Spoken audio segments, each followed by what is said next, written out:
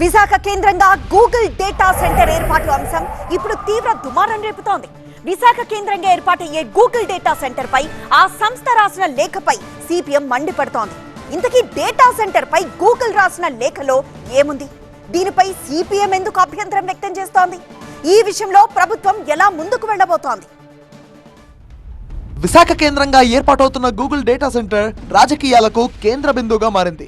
Google data centre నిర్మాణం, నిర్వహణ బాధ్యతలను అదానీ సంస్థ చూసుకుంటుందని గూగుల్ లేఖ రాయడంతో మరింత రాజకీయ చర్చకు దారితీసింది.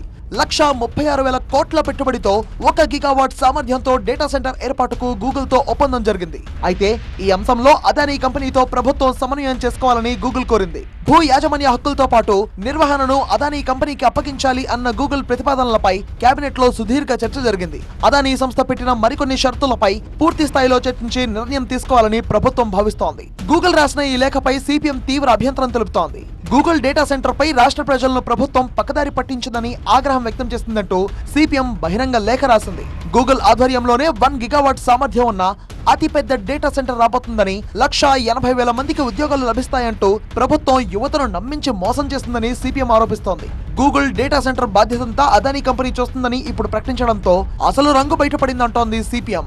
గూగుల్ కి ఇచ్చే 22,000 కోట్ల రూపాయల విలువైన రాయితీలను తన కంపెనీకి బదలాయించాలని అదానీ కోరడంతో పాటు మరికొన్ని షరతులు విధించినట్టుగా గూగుల్ రాసిన లేఖను బట్టి అర్థమవుతుందని సిపిఎం అంటోంది. విశాఖలో విలువైన 100 ఎకరాల భూములను అదానీకి కట్టబెట్టడానికే ఈ నాటకమంతా ఆడినట్టుగా అర్థమవుతుందంటూ లేఖ రాశారు.